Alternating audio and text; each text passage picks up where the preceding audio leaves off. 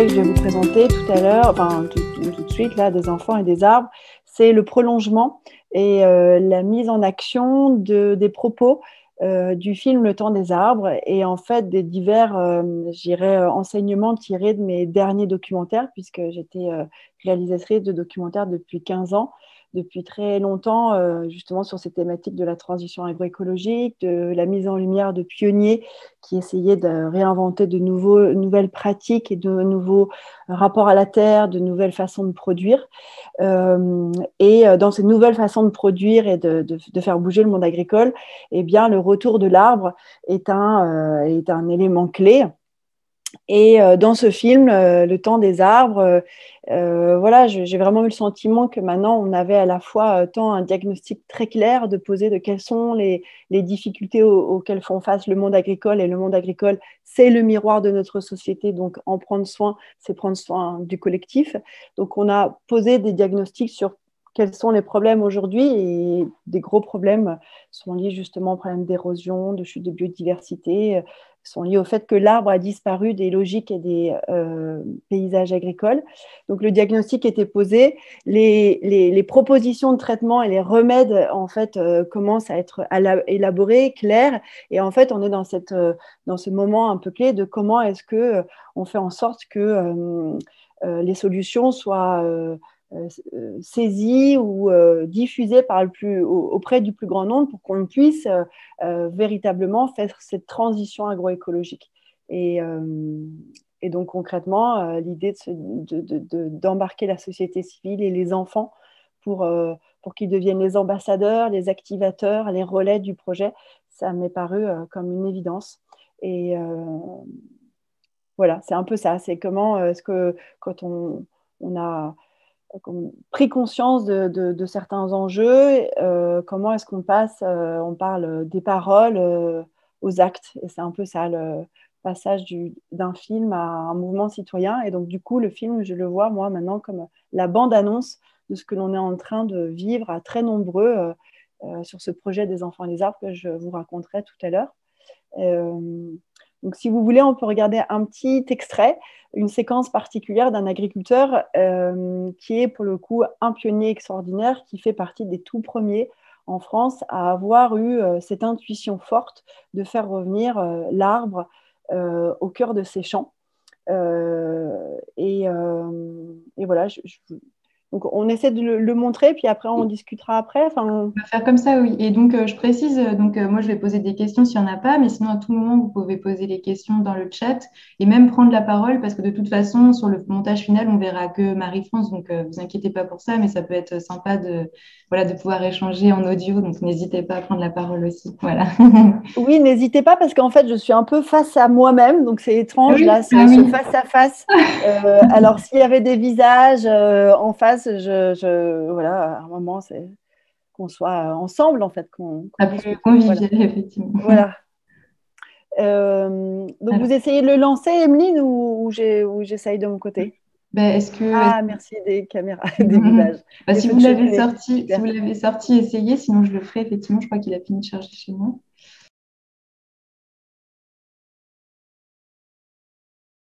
Donc, en fait, là, c'est un petit bout de ce film que vous pouvez revoir sur notre site, www.desenfantsetdesarbres.org. Le film est à la location.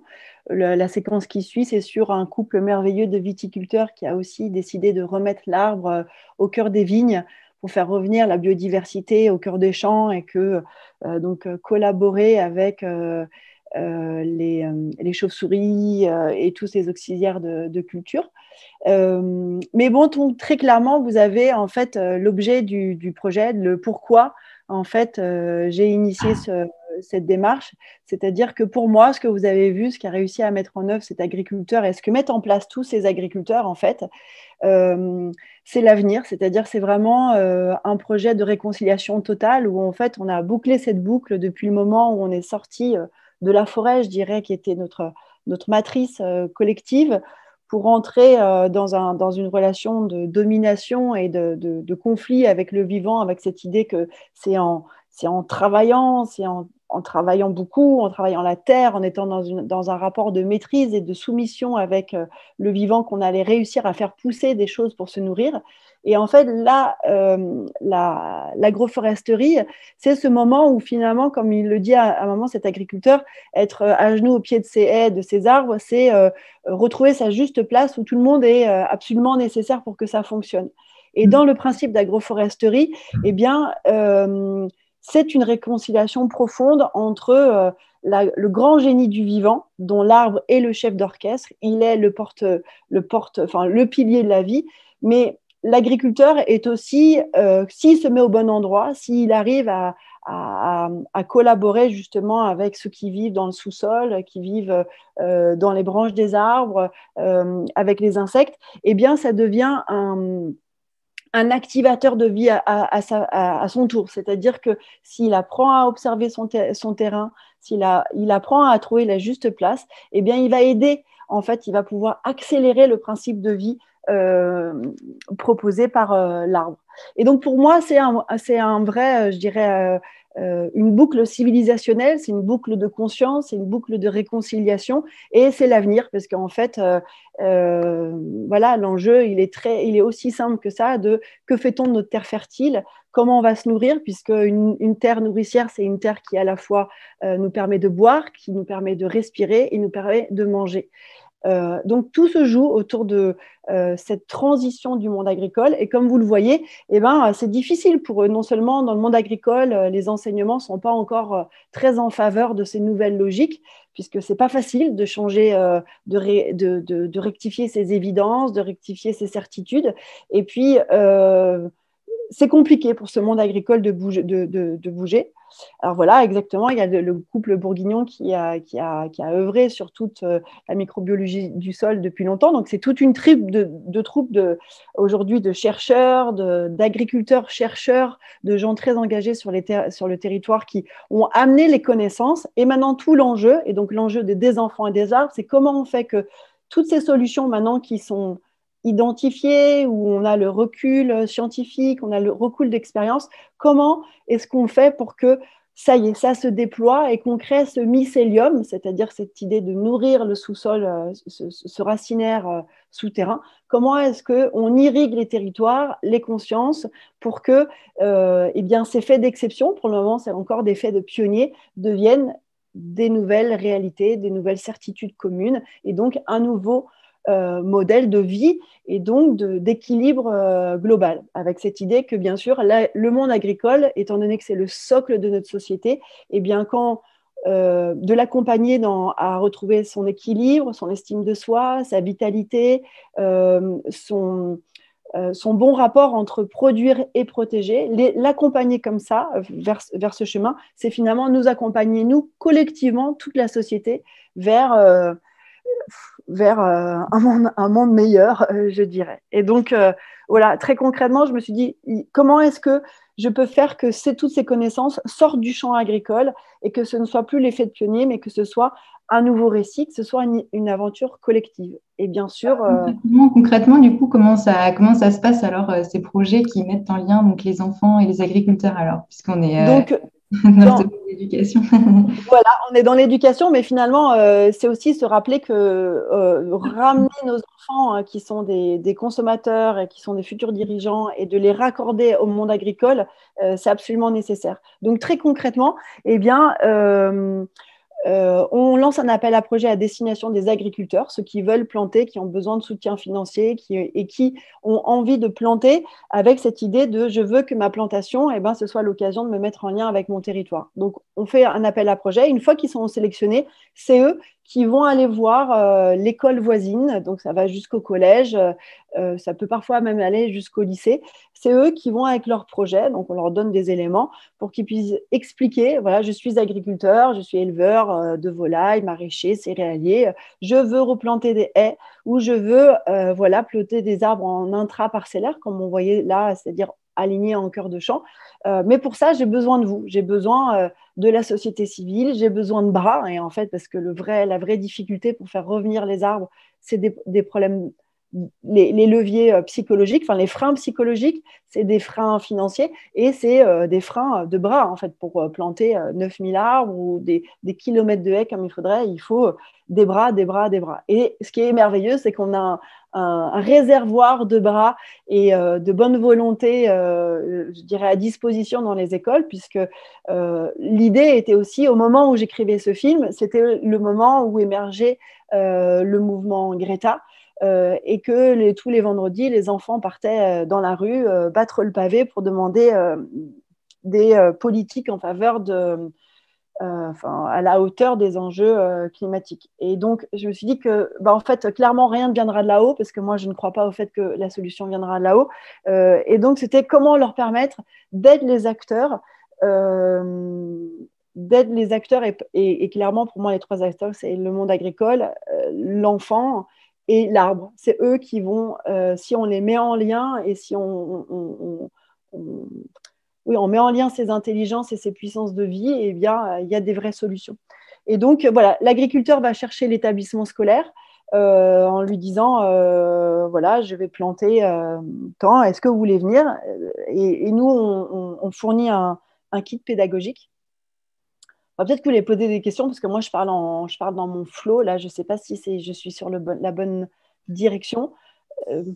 Alors, je ne sais pas trop ce que chacun se pose comme question, mais ouais, ça peut être intéressant de savoir un peu ce que vous avez développé au niveau effectivement kit pédagogique et comment ça se passe concrètement avec les enfants.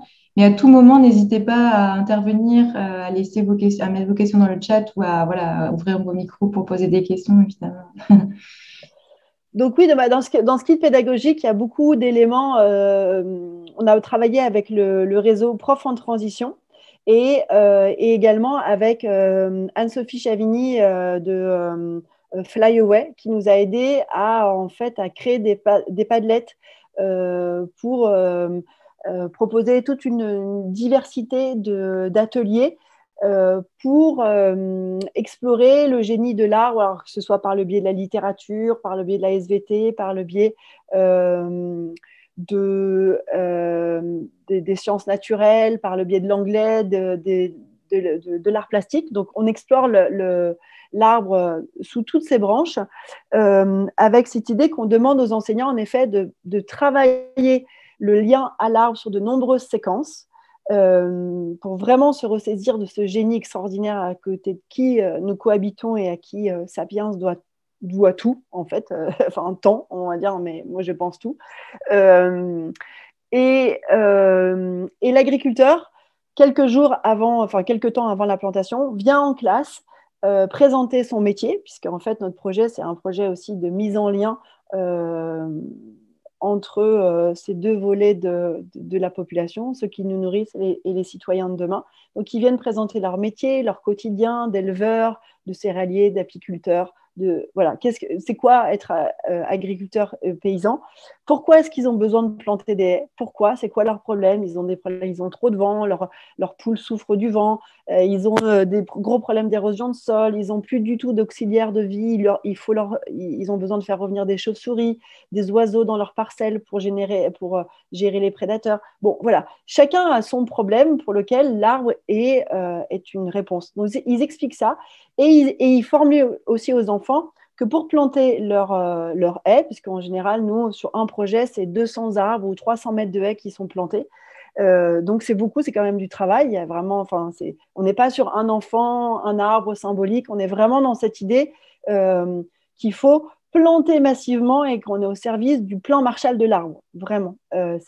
On est sur vraiment cette idée du plan Marshall de l'arbre. Et donc, l'agriculteur exprime aux enfants le fait qu'il a besoin d'eux et qu'ils sont absolument nécessaires, qu'ils ont une mission, qu'ils sont des acteurs.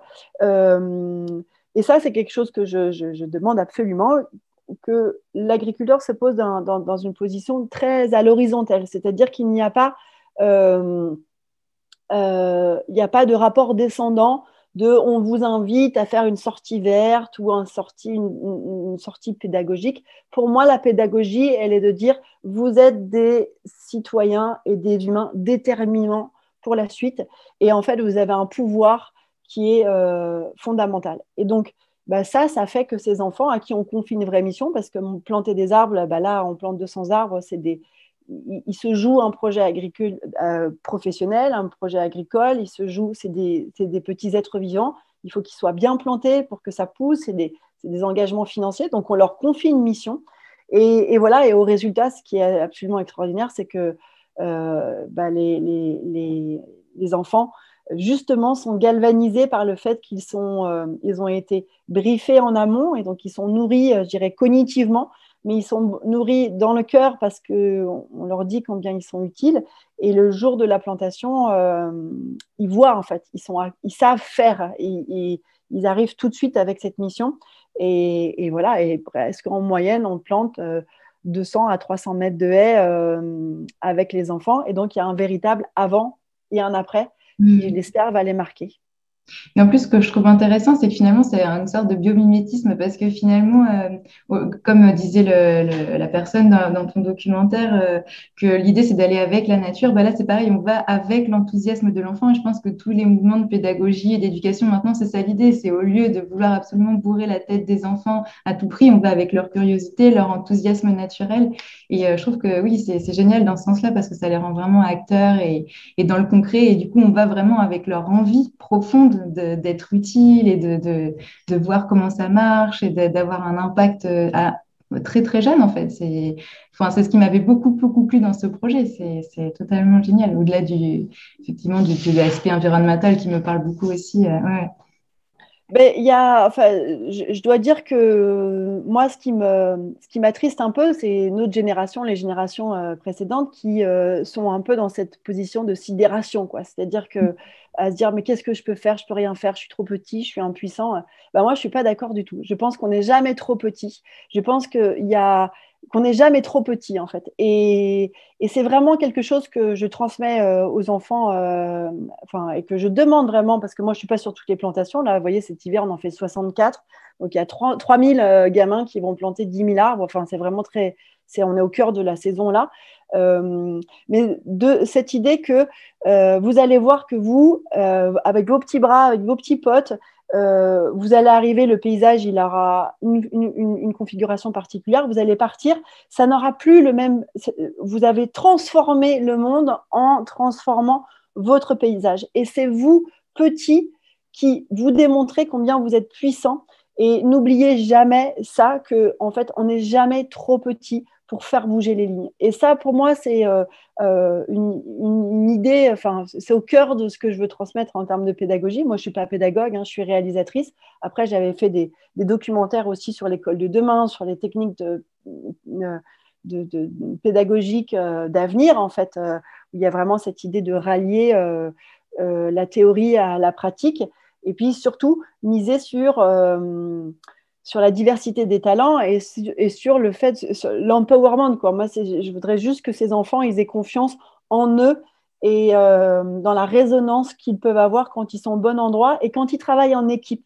Et franchement, c'est marrant parce que de tous les enfants, hein, quand je vais sur une plantation, les retours des enseignants et des enfants sont toujours autour du fait que ils sont très heureux de travailler en équipe. Parce que pour planter un arbre, il y a plein de petites étapes. Donc, nous, on leur demande de se mettre en petits groupes. Ils sont en groupe de 3 à 4 enfants. Et pour planter un arbre, il faut faire un trou, il faut prendre l'arbre, il faut le praliner dans un mélange de boue et d'eau.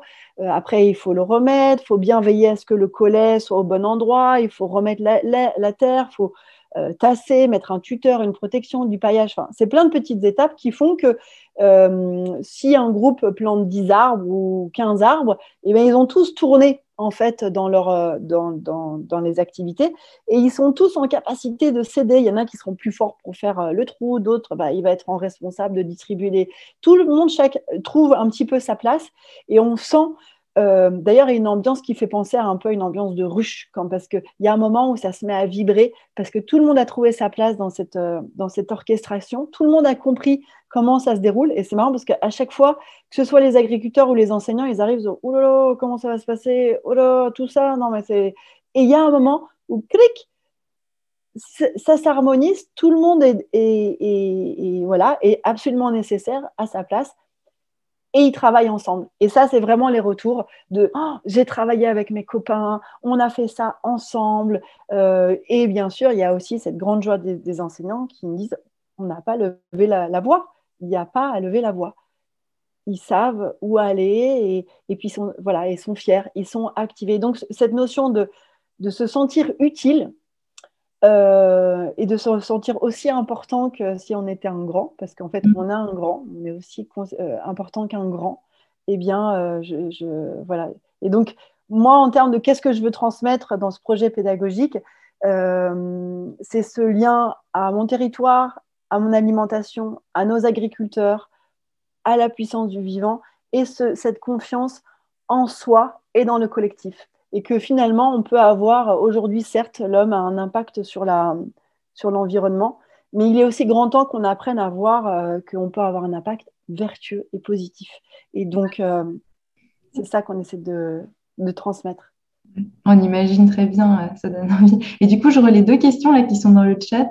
Donc, une personne qui demandait, donc Sarah demande si les Padlets sont accessibles. Et Floriane, Alors, le kit pédagogique est accessible en fait sur notre site des enfants et des arbres. Il y a le kit, le lieu pédagogique, enfin, sur le volet je suis enseignant, il y a un volet sur le kit. Et donc, quand vous ouvrez le kit, il y a bon, quatrième page, il y a les Padlets. J'ai oublié de vous dire que le film aussi, il est intégré dans la démarche, c'est-à-dire que les enfants le voient par moment. Donc, plus loin dans le film, il y a aussi il y a un volet dans le monde forestier. Et puis après, il y a toutes ces logiques sur le lien à la santé, en quoi voilà, être en lien avec les arbres, c'est vertueux parce que c'est notre biotope finalement, hein. C'est là où on est vraiment dans notre élément, plus que dans une pièce à quatre murs ou dans un environnement bitumé. Notre biotope, c'est la forêt, c'est l'arbre initial. On a passé plus de temps perché dans des arbres à marcher sur du bitume. Donc il y a le film, donc sur voilà, des cols de dehors, il y a un peu tout ça. Et je voulais vous dire aussi qu'une autre chose qu'on fait vraiment, ah oui, non, oui, on répondait au est-ce que les oui. Padlets sont accessibles? Oui, bah donc voilà, ils sont accessibles sur le site pédagogique qui est disponible sur le site. Et est-ce que le dispositif est présent sur tout le territoire? Oui. Là, quand je vous disais, cet hiver, on organise 64 plantations. Donc, on appelle ça des plantations agroforestières, scolaires et solidaires. Et il y en a partout. Alors, un peu moins dans le Nord-Pas-de-Calais, mais on en a vraiment de l'Alsace, la Vendée, le Grand Nord, la Bretagne, la Normandie, le PACA, les Landes, le Limousin, enfin bon, vraiment beaucoup. Et puis on espère vraiment, l'hiver prochain, on espère faire 100 plantations. Et le but, c'est que chaque année, on puisse passer de 100 à 150 à 200 et que quand on sera grand, eh bien, cette dynamique rentre dans les parcours scolaires. Alors, pas en descendant depuis une ordonnance ministérielle. Nous, on croit au fait que ce sont les grouillants qui font pousser les choses. C'est aussi une autre façon de voir la vie, c'est-à-dire que en fait, ce qu'on apprend avec toute cette nouvelle technique de la microbiologie du sol, on comprend que ce n'est pas seulement le soleil ou la graine ou la pluie qui font que ça pousse. Ce qui fait que ça pousse et que c'est fertile, c'est la vie souterraine du sol, c'est la puissance des grouillons. Et en fait, je pense que les grouillons, c'est un peu nous tous, c'est le peuple, c'est les citoyens. Et elle est là la force en fait de la résilience, de la vie, de la fertilité. Elle est dans le petit peuple grouillant. Et donc moi, je crois que je veux que ce projet se grandisse et se déploie par le biais des grouillons. Nous sommes des petits vers de terre ou des caramboles ou voilà, des champignons, des amibiens, des microbiens, mais en fait, c'est nous qui avons le pouvoir de changer les choses. Ce n'est pas d'en haut.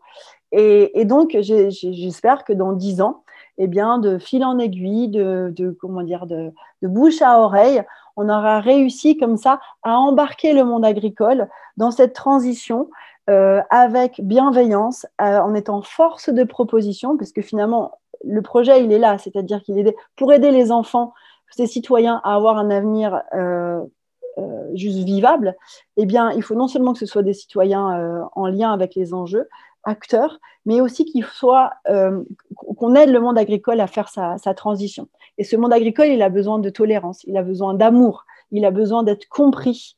Et en fait, c'est toutes les vertus de la pédagogie positive qu'il faut adapter à tous les citoyens. Et donc, le monde agricole, il a fait des erreurs, mais en fait, ce sont les erreurs du collectif, de la société. En fait, il est parti dans le tout technologie, dans le tout produit, dans le tout comme nous tous, comme la société. Et donc, pour faire ce virage, eh ben, il a besoin de notre bienveillance. Et là, le lien avec les enfants, c'est fédérateur, c'est réparateur, c'est consolant.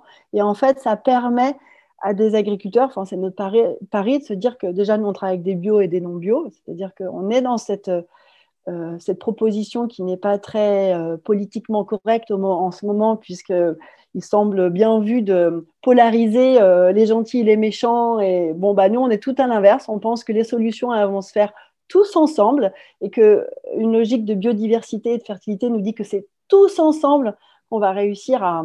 Et quand je dis tous ensemble, c'est tous ensemble, nous les humains, mais tous ensemble en lien avec justement le champignon, le ver de terre, la mésange, le rapace, l'homme qui a pleinement sa place là-dedans. Et donc, voilà, c'est ça qu'il faut amener aux enfants, en fait, c'est-à-dire dépolariser les lectures, être force de proposition, être tolérant dans le sens, c'est pas facile de changer d'idée, c'est pas facile de changer de prisme des lectures. Et voilà, je me suis emballée, je ne sais plus du tout où j'en suis. Je relais une question du coup de Jean-Jacques, enfin, il y en a deux. Une question que je me posais aussi, c'est dans le suivi finalement. Est-ce que les enfants font aussi la taille, l'arrosage? Est-ce qu'ils voient les enfants grandir? Et l'autre question, je te la pose tout de suite de Jean-Jacques. Ouais. Est-ce que ce sont les agriculteurs qui choisissent les jeunes plants chez les pépiniéristes? Comment ça se passe peut-être d'un point de vue pratique, le choix des arbres? Attends, donc la première question, c'était quoi déjà? C'était dans le suivi, en fait. Est-ce que les enfants voient le suivi? Alors, déjà, il y a beaucoup d'enfants qui reviennent au printemps, déjà, parce que les arbres ont pris, donc les enseignants mettent en place ces connexions. Là, on a pas mal d'agriculteurs qui ont planté l'année dernière et qui ont replanté cet hiver. Donc, on est une petite asso, hein, donc on a 2 ans. Donc, j'espère vous dire que, bien sûr, en fait, au fil du temps, ils vont revenir et de plus en plus. Mais c'est cette idée. En effet, on va essayer de développer des ateliers pour que les enfants deviennent des gestionnaires de la haie, par exemple, puisque là, je ne vous ai pas transmis un chiffre clé qui est sur l'idée qu'il faudrait planter 25 000 km de haies par an d'ici 2050. C'est vraiment aussi pour ça que c'est quelque chose qui est dans le film et c'est un peu le cœur du projet de pourquoi j'ai lancé ça, c'est que 25 000 km de haies par an, quand actuellement on en plante 3 000 et qu'il y en a 10 000 qui continuent d'être arrachés, bon, à part y aller avec tous les gamins et tous y aller, je ne vois pas comment on peut voilà, relever ce défi. Donc, on se dit, on va essayer. Et donc, en fait, voilà, cette idée que on va planter, mais après, il faut gérer, parce que ça c'est un point important de comment c'est. Il faut les tailler, il faut les désherber, donc, c'est quelque chose qui va se mettre en place et on va proposer des ateliers, en effet. En fait, nous, on propose les outillages pour que les agriculteurs et les enseignants puissent se mettre en connexion. Nous, on part du fait que les sachants, les faiseurs, enfin, les grouillants, en fait, ils sont partout. Ils ont juste besoin d'être reconnectés. Et nous, des enfants des arbres, on est ça. On est une courroie de transmission et aussi une caisse de résonance pour activer de la mise en lien et de la solution ensemble sur les territoires. Donc, on crée des outils de communication, de pédagogie, pour faciliter cette mise en lien.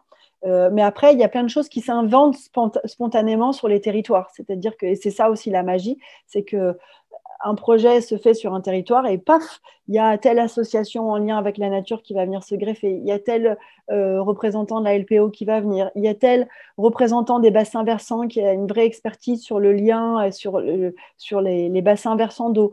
Enfin bon. Oui, et en fait, une question sur le réseau comment tu arrives à créer ce réseau effectivement entre voilà, différentes associations. C'est génial, ouais, si ça. Elles se font toutes seules. En fait, donc moi, ce que je vous dis, moi, j'identifie l'agriculteur.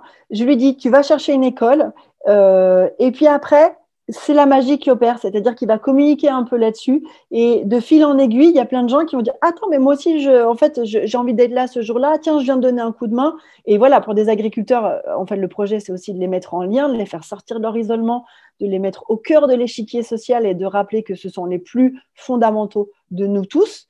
Et bien d'un coup, ils se retrouvent. Et bah, ils se retrouvent entourés, ils se retrouvent soutenus, ils se retrouvent avec plein de coups de main. Et donc, j'ai eu beaucoup de retours d'agriculteurs qui me disent oh, ça fait 4 ans que j'étais là, je n'avais pas réussi à créer de lien avec mon territoire. Et là, je lance ce projet et finalement, je découvre tous mes voisins, j'ai plein de nouveaux gens qui viennent me donner un coup de main. Donc, voilà, c'est ça aussi des enfants et des arbres. Euh, Après, il y avait cette idée de, je peux pas, sur Le choix de... euh, les choix des plans. Donc, en fait, nos agriculteurs conçoivent leur projet avec le monsieur que vous voyez là qui donne une formation et qui se désespère là dans son champ raviné, qui vient faire la formation, là, Alain Canet. C'est la première personne à qui j'ai parlé du projet en lui disant oh, non, mais en fait, il faut vraiment qu'on arrive à faire que tout le monde connaisse ça. En fait, comment est-ce qu'on fait et je lui dis imagine si les 12 millions d'enfants qui sont actuellement en classe plantaient, ça serait génial. Et là, il me dit allez, chiche, on fait ça. Et donc, c'est parti. Et donc, au cœur du projet, il y a ces structures agroforestières, il y a ces techniciens de l'arbre. Et donc, tout projet que l'on soutient est accompagné par des techniciens sur le territoire, parce qu'il y en a plein. Ça peut être des chambres d'agriculture, ça peut être, d'ailleurs, ça peut être parfois des fédérations de chasse, ça peut être plein de gens qui ont ce lien à l'arbre et cette expertise à l'arbre, qui vont aider à concevoir le projet et qui vont, parce qu'en fonction des projets, qu'on soit éleveur céréalier, que ce soit éleveur bovin, ovin ou volaille, et que dans l'Hérault ou en Vendée, ou en coteaux plein ouest ou en fond de vallée, bon, voilà, on n'a pas les mêmes problèmes, on n'a pas les mêmes besoins en arbre. Et donc, il y a toute une expertise sur laquelle on se greffe pour que les projets soient bien calibrés, bien pensés et qu'on arrive à marcher bien sur nos deux pas, c'est-à-dire qu'il y a des vrais projets agricoles qui sont pérennes. On n'est pas sur de l'animation, on est sur du sérieux, on est vraiment sur la transition agroécologique. Et dans l'autre sens, on essaie d'amener un projet pédagogique qui est valide en soi. Et donc, ce sont ces deux pieds qui avancent et qui font que, avec l'arbre en passerelle entre les deux, qui font que ça avance. Y a-t-il des actions de sensibilisation auprès des agriculteurs conventionnels? Oui, alors on fait des... Alors, on va pas les démarcher en fait, on va pas aller draguer directement les agriculteurs conventionnels, mais déjà on leur tend la branche et je pense qu'il n'y a pas beaucoup de projets écolos qui sont dans cette dynamique avec un discours qui est un, comment dire, qui est un pansement, enfin en tout cas, je veux dire, une réponse à l'agribashing, parce qu'à titre personnel, en tant que réalisatrice de documentaires qui écoute ce monde agricole depuis des années, je vois très bien que en fait, cette blessure psychologique liée à l'agribashing, qui voudrait dire qu'il y aurait les gentils bio d'un côté et les méchants conventionnels de l'autre, eh bien en fait, on fige totalement le débat et en fait, ça empêche ceux à qui on voudrait parler de venir.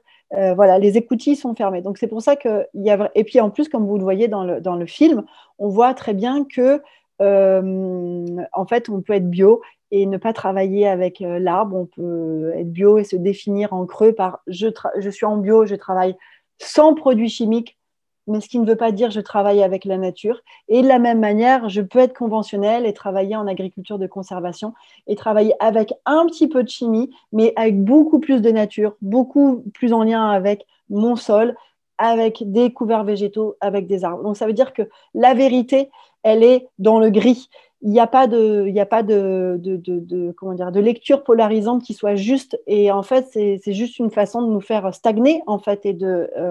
Donc voilà, nous, dans notre propos, on est déjà toute branche ouverte vis-à-vis du monde conventionnel.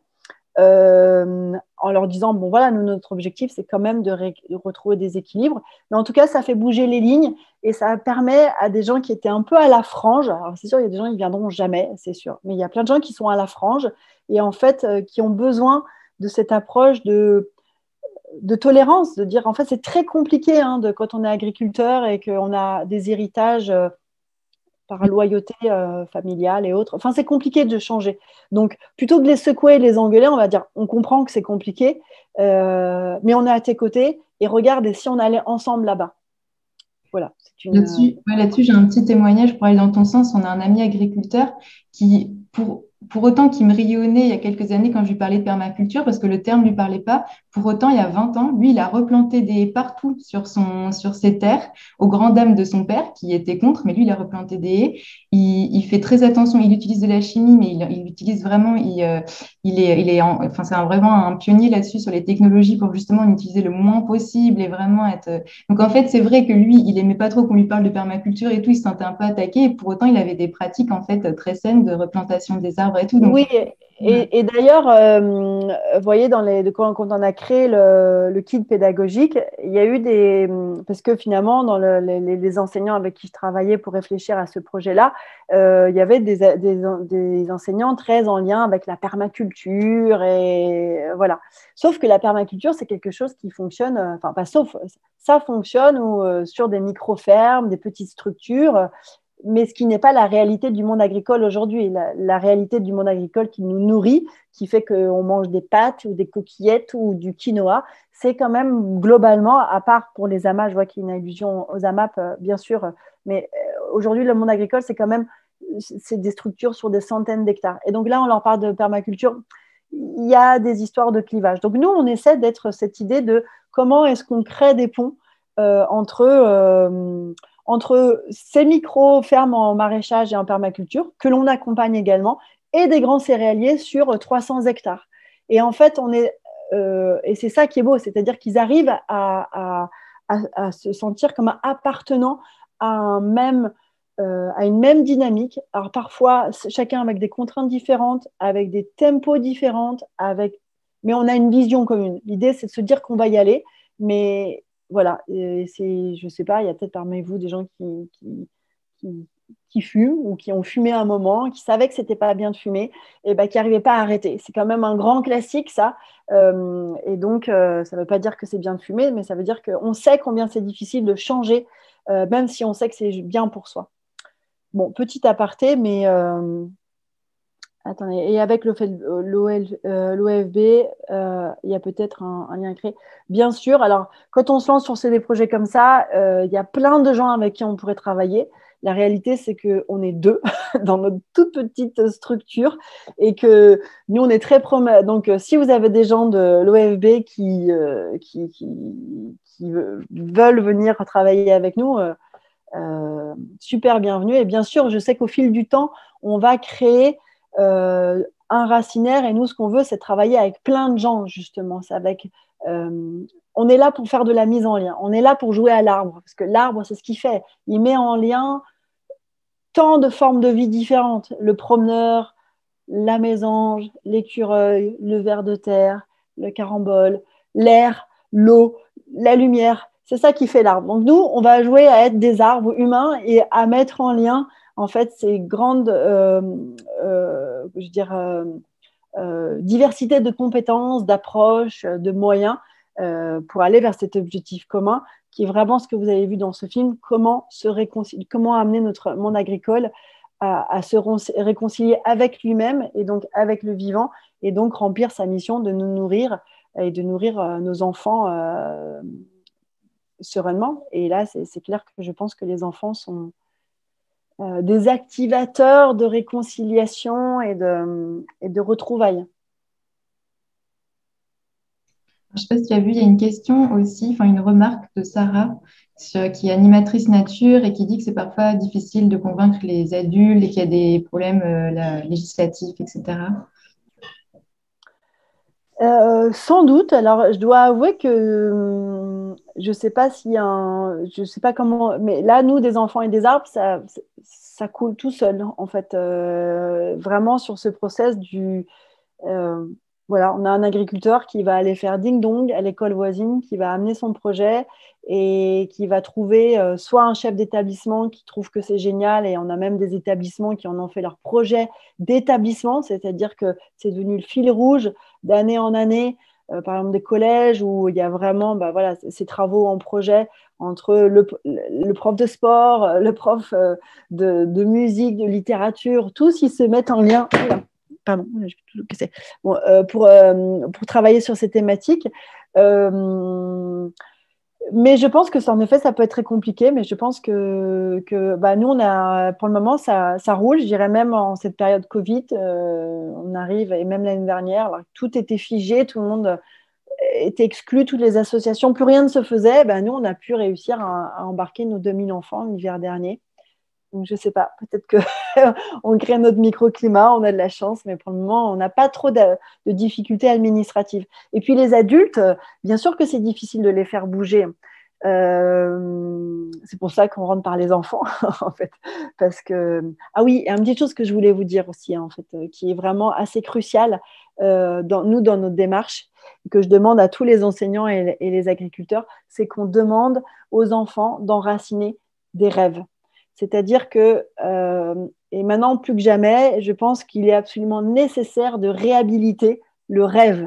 Parce que planter un arbre, c'est se projeter vers demain, c'est projeter vers un autre possible, c'est se projeter vers voilà, de l'abondance partagée, de la beauté, quelque chose, parce qu'on plante des petits arbres, hein, ils sont tout petits, ils ont 1 an, ils sont tout petits nos arbres. Donc, il faut vraiment un pouvoir d'imagination en disant, waouh, un jour il sera grand et le paysage il sera différent. Et donc, on demande aux enfants soit de venir avec un petit rêve qu'ils auront écrit et mis dans un petit papier dans le trou, un des trous qu'ils auront creusé, ou alors juste se brancher comme ça du bout des doigts, fermer les yeux, passer un temps, et puis envoyer un rêve juste pour faire se rappeler qu'il est absolument nécessaire de rêver demain. Il est absolument nécessaire de rêver qu'on va y arriver, en fait. Et bon, moi, je trouve que là, en ce moment, plus que jamais, il faut qu'on s'accroche à nos rêves, en fait. Et donc ça fait partie de la démarche pédagogique à plein. Réhabiliter et enraciner le rêve et le partager. Et je vous avouerai que c'est absolument tellement mignon parce que donc à chaque fois on leur dit bon, n'oubliez pas, vous êtes venus avec votre rêve, vous allez et en fait chaque arbre ils le font, ils se disent t'as planté ton rêve toi là, oui, ok, attends, là moi je le fais, ok, c'est bon. C'est vraiment quelque chose de très important pour eux, et donc ça je pense que c'est quelque chose qu'on peut aussi développer dans 1001 façons, faire des arbres à rêve, ça peut être dans des cours de récréation, mais bon, là, cette notion du rêve, parce qu'il n'y a pas de grands projets, il n'y a pas de demain, je dirais, enviable si on ne les rêve pas avant. Donc, parfois, on est très cristallisé sur ce dont on a peur. Il y a plein de raisons d'avoir peur de plein de choses, mais voilà, de temps en temps, il faut se concentrer surtout sur ce qu'on veut plutôt que sur ce qu'on redoute. Et voilà, on amène les enfants aussi à s'aiguiller, à avoir un cap positif, quoi. Ouais, génial. J'adore cette idée d'enraciner des rêves, là. Trop sympa. Alors, il y a une question, peut-être justement pour vaincre un peu les résistances des adultes, c'est comment organiser une soirée ciné dans un village, une école. Ah bah alors déjà, vous m'appelez, et puis on vous organise. Il y a plein d'appels qui se font un peu partout, parfois chez des gens. Voilà, je demande juste que les droits du film, qu'il y ait un petit tour de chapeau, parce que voilà, nous on est quand même une association, on paie nos arbres. Voilà, cette année on va redistribuer 150 000 euros pour planter nos 15 000 arbres. Donc voilà, il y a beaucoup on a besoin de fonds, donc on demande à ce que les projections soient payées au chapeau, enfin voilà, qu'il y ait cette idée de contribution. C'est très important puisque on essaie aussi de ne pas avoir des usagers d'une démarche associative, mais d'avoir des contributeurs, et c'est sans doute pour ça que bon, on verra, mais j'espère que le projet continue à se développer, c'est que les gens se l'approprient, parce que finalement, ils se reconnaissent dans les valeurs, dans leurs besoins, dans leur capacité à être très acteurs. Et voilà, donc organiser des projections dans les cinémas associatifs du coin, les MJC, les salles polyvalentes, tant qu'il y a un vidéoprojecteur. Et puis, donc, dans un idéal, c'est vrai, c'est corréler ça avec un agriculteur ou des techniciens ou des gens qui pourraient agrémenter, de dire nous on l'a fait. Donc c'est pour ça que souvent en fait les plantations se font aussi avec des projections, et comme ça il y a ce volet de c'est pas que des gens dans un film qui l'ont fait, mais de dire aujourd'hui on le fait maintenant partout sur les territoires. Euh, et si vous êtes enseignant ou animateur, voilà, vous pouvez aussi décider de dire d'aller voir justement votre agriculteur à la MAP, au marché ou voisin, et lui dire voilà, moi il y a ce projet qui me parle, planter des arbres, est-ce que ça vous parle aussi? Parce que vous verrez que même chez les bio, c'est pas facile, c'est quand même là aussi un. Donc parfois il faut du temps, il faut parfois un an. Qu'ils y réfléchissent, qu'ils cherchent, donc ils viennent sur notre site et nous on donne plein d'éléments. Justement, on crée des webinaires, on crée des moments de rencontre, d'échange entre agriculteurs, donc c'est vraiment un échange d'expérience et de pratique. Et je dirais, oui, la fondation Terra Saint-Lucie, oui, je connais. Peut-être que je confonds avec Silva Terra. Non, en fait, c'est fondation. Non, je ne sais pas qui c'est. Reprenons nos rêves au sérieux. Bah oui, je suis d'accord. Vous avez des questions? D'autres Attends, c'est incroyable. Il y avait une question à laquelle tu as un peu répondu sur le financement. Est-ce que les écoles doivent participer? Non, alors c'est gratuit pour les écoles. En fait, elles n'ont rien à financer. Elles ont juste à prendre en charge, si jamais elles sont un peu loin, les bus. Mais en général, c'est des écoles qui sont vraiment à proximité. Et puis après, comment nous aider à nous financer? Déjà, vous pouvez nous faire des dons. On a des particuliers qui nous font des donations uniques ou mensuelles. Et puis après, on est financé par des entreprises, par des fondations, on a des mécènes. Et pour le moment, on a 0 fonds publics. On n'est vraiment que sur des fonds privés. Et tout le monde peut venir nous aider à faire vivre ce projet et à atteindre notre objectif pour l'hiver prochain, puisqu'on est déjà en train de se projeter sur la prochaine campagne de plantation, celle qui sera dans un an, un peu moins d'un an, puisqu'on commence en novembre, qui est comme objectif d'organiser 100 chantiers scolaires et solidaires. Est-ce que vous avez besoin d'aide, par exemple, pour du bénévolat? Enfin, est-ce que vous cherchez des coups de pouce, des personnes qui auraient quelques heures à donner ou pas? Ah oui, on a toujours besoin de. Là, on s'adresse à un monde d'éducateurs. Enfin, je pense qu'il y a peut-être une grande. Je ne sais pas exactement quels sont les profils des gens qui sont là, mais nous, on cherche à faire bouger notre kit pédagogique. Par exemple, on cherche à le faire bouger. On va récupérer, j'espère, des restitutions des enseignants qui ont travaillé avec nous pour remodeler ça et pour mutualiser en fait les retours pour faire grandir le projet. Mais on peut toujours avoir des besoins de projets, de gens pour de la com, pour du graphisme, parfois de la compta, des choses comme ça.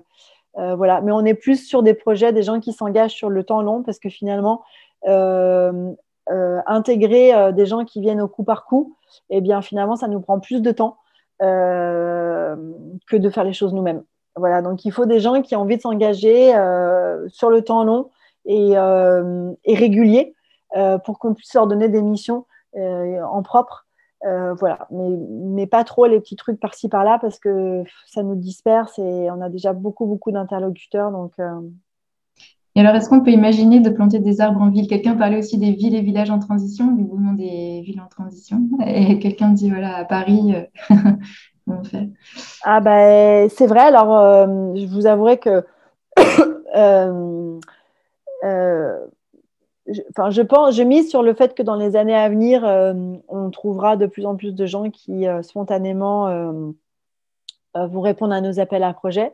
L'enjeu est très fort en région parisienne et clairement, la grande couronne Île-de-France voilà, moi, c'est mon rêve, que je peux vous dire que je l'ai planté déjà un bon bout de fois. Moi, mon rêve, c'est de faire que la Beauce ressemble au champ de Jack qu'on voit dans le film et que dans 40 ans, quand on traversera la Beauce, eh bien, on soit dans cet univers qui ressemble beaucoup plus à un jardin d'Éden qu'à une steppe voilà, désertique. Donc, il y a un gros travail pour embarquer voilà, ce monde agricole autour de Paris et donc amener des petits Parisiens à venir. Euh, je pense que ça se fera. Je pense que ça se fera à un moment, mais c'est juste une question de temps. Voilà, il faut, comme je vous disais, on plante des petits arbres parce que c'est petits qui prennent le mieux racine et qu'ils ont plus de chances de devenir grands. Et donc, nous, on est vraiment une jeune pousse associative, déjà assez prometteuse, c'est sûr, mais par rapport à, voilà. Et donc, on travaillait avec des maraîchers. Par exemple, la semaine dernière, on a planté avec des maraîchers au sein de à Marseille même. Voilà, tout dépendra des projets qui viennent. Nous, on ne va pas aller chercher les gens, on va faire du bruit et si possible harmonieux pour qu'ils entendent parler de l'agroforesterie, de la nécessité de faire revenir des haies et de la dynamique ultra joyeuse et bienfaisante pour eux, en fait, que ça peut être, puisque nous aussi, on essaie de faire du bruit, les mettre en lumière.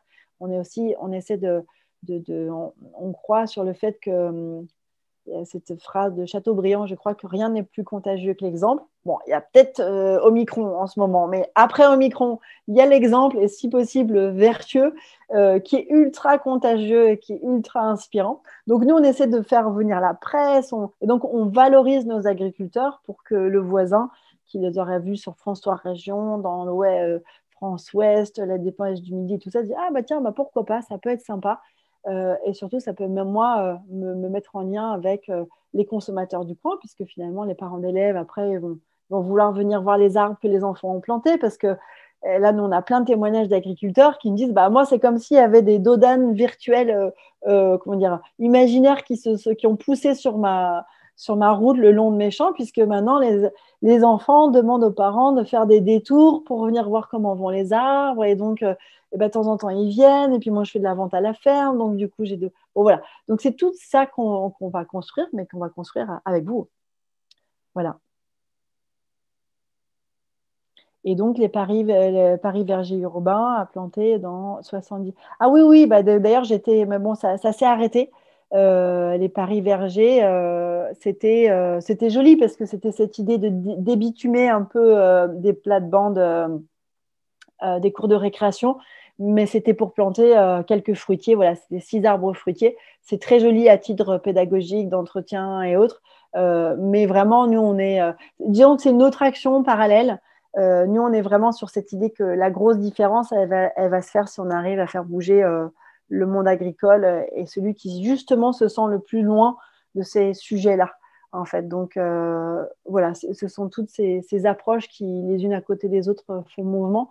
Mais nous, on plantera toujours avec le monde agricole. C'est voilà, c'est notre triptyque ou notre trinité, c'est monde agricole, de l'enfance et l'arbre. Voilà.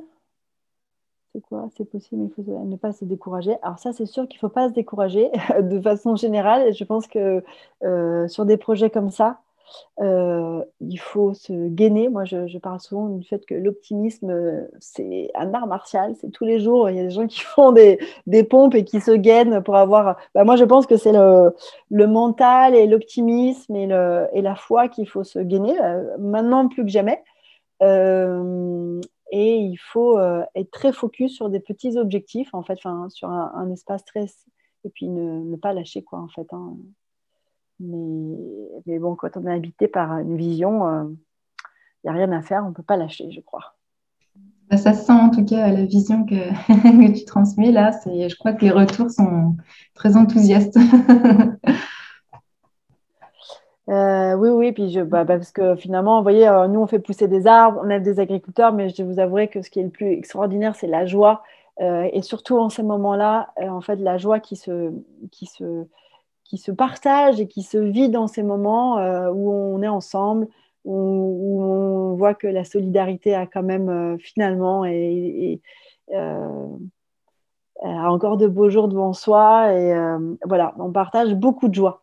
Et donc ça, c'est sans doute, je pense, un ingrédient important à rajouter dans cette marmite collective, de croire en nous et de ne pas lâcher. Et on va s'en sortir. On va s'en sortir. En tout cas, mais merci pour vos gentils mots. En tout cas, vous pouvez nous suivre sur donc notre site des enfants et des arbres, mais bon, qui vous présentera de façon générique en fait le pourquoi, le comment et le lien du film. Et puis, si vous êtes un peu sur les réseaux, on a un Facebook des enfants et des arbres où on a un Insta. Il a fallu se mettre sur Insta, il faut être sur Insta. Où vous nous suivez, où on relaie tout ce qu'on fait, en fait, nos conférences. Oui, je comprends, non pas d'Insta. Mais bon, ça permet aussi de disperser un petit peu cette bonne parole. Et donc, voilà, en tout cas, sur Facebook, vous verrez tout de la presse et vous verrez aussi des témoignages d'agriculteurs. Vous verrez que, voilà, des petits témoignages d'enfants, de plein de choses. Maintenant, on est nombreux. Merci beaucoup, Marie-France. C'est génial. Mais merci de m'avoir donné la parole. Et j'espère que voilà, je vous encourage, vous tous en tout cas, à croire en vous, vraiment, à croire en vos projets, vos envies, à écouter vraiment attentivement ce qui bourgeonne en vous. Parce que parfois, on se dit non, mais c'est fou, non, mais non, ça ne vaut pas le coup, mais non, c'est trop petit, mais non. Mais si, en fait, si, il ne faut pas lâcher, il faut nourrir, il faut prendre le temps. Et voilà, le printemps viendra. Et en fait, par rapport même au temps qu'on vit un petit peu difficile actuellement, moi, je m'accroche à cette image de l'arbre qui, en hiver, actuellement, eh bien, il est comme ça, il est tout figé, on a l'impression qu'il ne se passe rien, qu'il n'y a pas de vie, mais en fait, dans le sous-sol, dans l'invisible, ça grouille de vie. C'est le printemps qui est en train de se préparer. Et donc, voilà, c'est dans tout ce qui fermente dans nos inconscients, et ben, ça prépare le printemps, et j'espère un printemps des consciences et un printemps des solidarités qui bourgeonnera bientôt. Donc, voilà, faites-vous confiance, et toutes les approches méritent d'être voilà, développées et cultivées. Eh ben, voilà. Colibri, exactement. Mais en fait, maintenant, il ne faut plus qu'on soit dans le colibri. Maintenant, il faut qu'on soit dans le gang de colibri. C'est un peu ça. C'est qu'à un moment, on était bon, moi, je suis petit colibri, mais petit colibri, en fait, c'est pas suffisant. Maintenant, il faut y aller en armée. On arrive et puis on va faire bouger les choses. Donc, on est en gang, on est dans la troupe maintenant. Voilà, des racines et des ailes pour nos enfants. Allez, je vous laisse parce que je ne sais pas si... Enfin, moi, je peux rester encore des heures. Merci à tous d'avoir été là et encore un grand merci, Marie-France. Très bonne soirée à tout le monde. Merci. Pour la suite. Au revoir.